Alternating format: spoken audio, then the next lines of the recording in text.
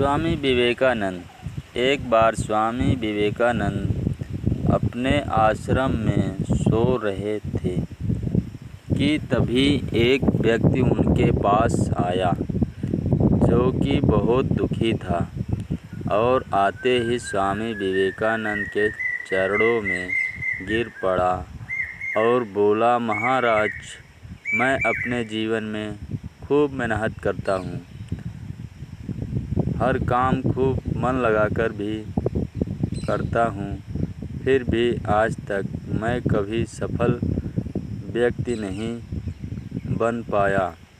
उस व्यक्ति की बातें सुनकर स्वामी विवेकानंद ने कहा, ठीक है, आप मेरे इस पालतू कुत्ते को थोड़ी देर तक घुमाकर लाएं, तब तक आपके समस्या का समाधान ढूंढता हूँ।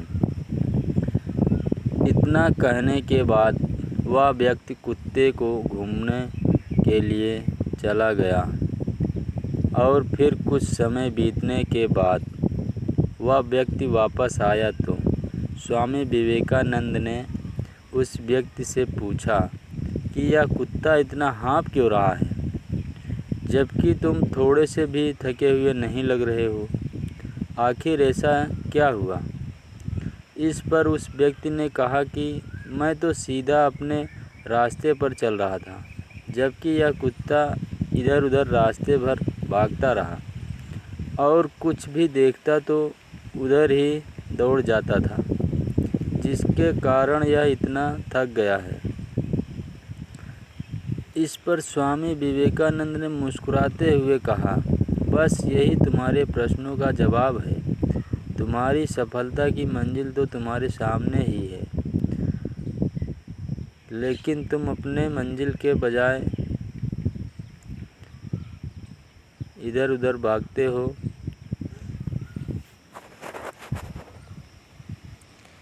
जिससे तुम अपने जीवन में कभी सफल नहीं हो पाए।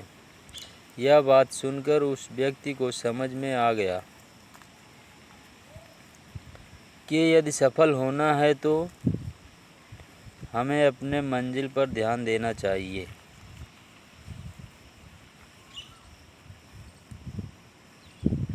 स्वामी विवेकानंद इस कहानी से हमें यही शिक्षा देते हैं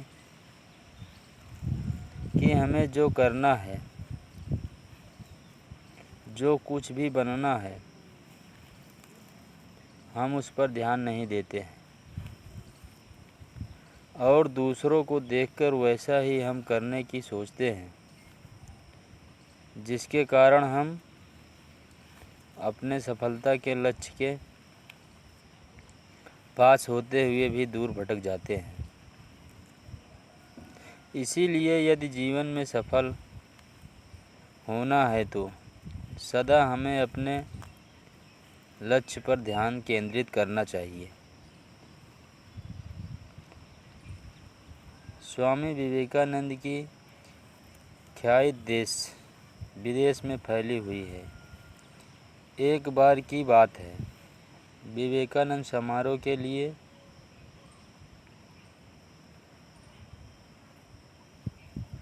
विदेश गए थे और उनके समारोह में बहुत से विदेशी लोग आए हुए थे।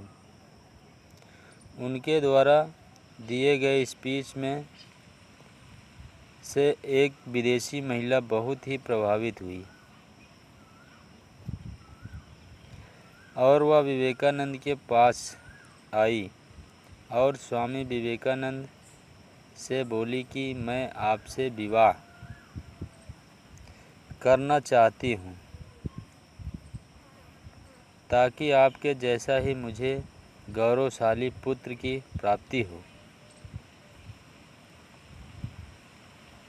इस पर स्वामी विवेकानंद ने बोले कि क्या आप जानती हैं कि मैं एक सन्यासी हूँ, भला मैं कैसे विवाह कर सकता हूँ।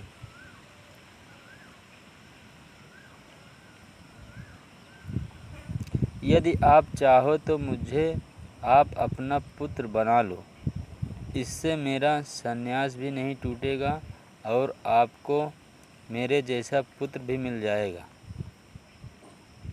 यह बात सुनते ही वह विदेशी महिला स्वामी विवेकानंद के चरणों में गिर पड़ी और बोली कि आप धन्य हैं, आप ईश्वर के समान हैं, जो किसी भी परिस्थिति में अपने धर्म के मार्ग से विचलित नहीं होते हैं।